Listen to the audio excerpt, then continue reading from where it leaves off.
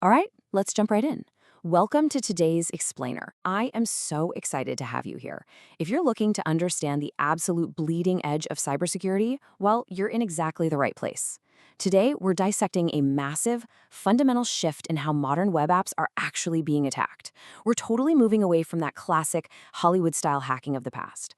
Instead, we're looking at the hidden vulnerabilities keeping security teams up at night right now, like how a single, seemingly harmless malicious Python package can silently steal your company's data. So let's get into it. I want you to consider this question for a second. What happens when the code you trust turns against you? Because for years, we poured all our energy into writing secure code, right? We built these massive firewalls, we sanitized our inputs. But what happens when the real danger isn't in the code you write, but the code you borrow? We're about to explore a pretty devastating reality where things like compromised third-party dependencies are just silently stealing data from the inside out. So here's our roadmap for today. We're going to map out this shifting threat landscape, break down supply chain failures, and then pivot to internal logic and the danger of IDOR. After that, we'll explore how these threats hide in API blind spots, and finally, look at how we can actually defend against all of this.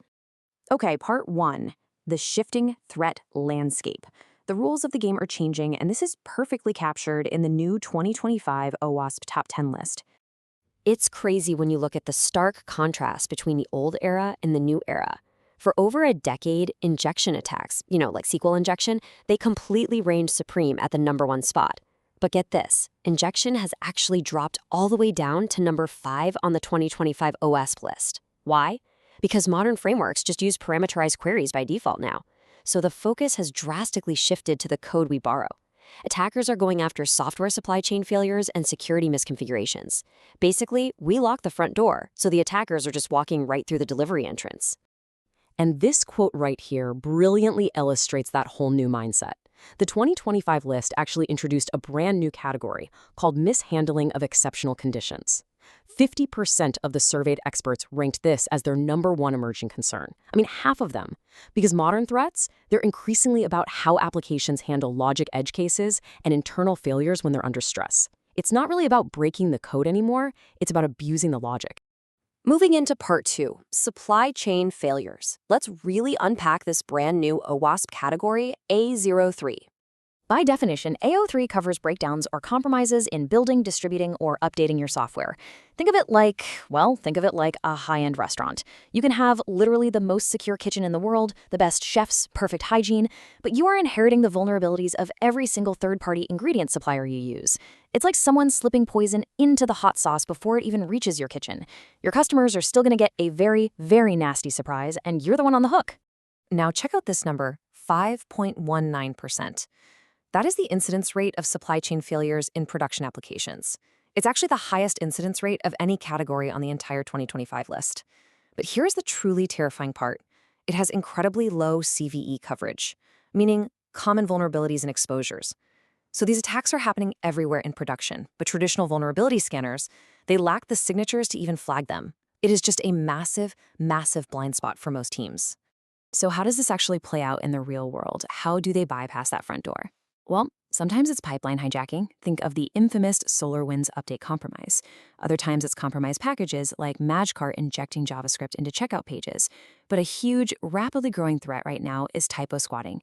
Attackers will literally upload malicious Python packages to public registries, giving them names that are terrifyingly similar to popular libraries. A developer makes one slight typo, maybe typing erlib3 with only one L instead of two, and boom, they download the malicious package. The very second it installs, that Python script executes arbitrary code. It silently scrapes your environment variables, steals your AWS keys, and ships them straight off to an attacker's server, all without you ever noticing a thing. Section 3. The danger of broken access controls. Because here's the thing. Even if you have a totally flawless supply chain, broken internal logic can still leave the vault wide open. Let's talk about IDOR. That stands for Insecure Direct Object Reference. If you're in the API security world, you might also hear it called BOLA, Broken Object Level Authorization. This is, without a doubt, consistently one of the highest volume, most impactful paid bug bounty classes in the world today. It basically happens when an application exposes a direct reference to an object, like an invoice or a user profile. But, oops, they totally forgot to check if the person asking for it actually owns it. Let's actually slow this down and walk through exactly how an attacker pulls this off, step by step. Step 1, the attacker logs in with a totally normal, valid account, and they look at the URL for their own profile. They see something like user_ID equals 123. Step 2, they just manually change that number in their browser, or maybe a proxy tool, to 124. Step 3, the server goes, okay, here you go, and retrieves the object without ever checking authorization. Boom, the attacker is now staring at user 124's private data. From there, they just write a quick script to automate the whole thing and steal your entire database, one record at a time. Now, a super common pitfall I see developers make here is thinking, oh, I'll just make the ID impossible to guess. So they replace that simple sequential number with a massive, random UUID, a universally unique identifier. But listen, masking an ID does not solve the vulnerability. If an attacker can harvest those UUIDs from somewhere else, like public profile avatars, old web archives, or even in-app sharing links, they just plug that complex UUID right back into the URL. If the server still isn't checking authorization, the data is still totally compromised. Obscurity is not security, period. Which brings us to part 4, API security blind spots.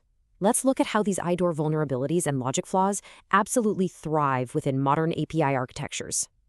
Attackers, and especially bug bounty hunters, know exactly where to hunt for these flaws. They aren't just clicking around your documented web app. They are actively hunting for shadow endpoints.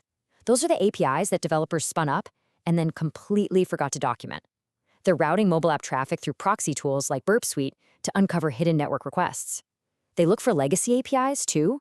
Like if version 2 of your API is secure, they'll just try the exact same request on version 1 to see if you left it running in the background. The takeaway here? Just because an endpoint isn't documented on your website doesn't mean it's invisible to an attacker. Finally, part 5, defending the modern web. We absolutely need defense-in-depth strategies to tackle these shifting, dual-layered threats. This breakdown brilliantly shows the two massive fronts we have to secure today. On the external side, for supply chain defense, you simply have to know what is in your code. That means maintaining a software bill of materials, an espion. It means enforcing signed artifacts and dependency pinning, so that a malicious Python package mimicking a real library can't just slip in through the cracks. Then, on the internal side, for IDOR defense, you have to enforce object-level authorization on every single request.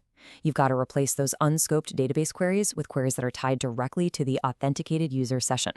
So, practically speaking, what can you do today? Here are some proactive steps. First, track your dependencies automatically with tools like Dependabot. This catches vulnerabilities the literal moment they're disclosed. Second, enforce strict object-level access control deep in your codebase. And honestly, most importantly, validate your team's readiness. Spin up deliberately vulnerable training applications, things like DVWA or CrayBI, and let your developers and security teams practice finding these exact supply chain and IDOR vulnerabilities before real attackers do. It makes a world of difference. I want to leave you with a final, somewhat provocative thought.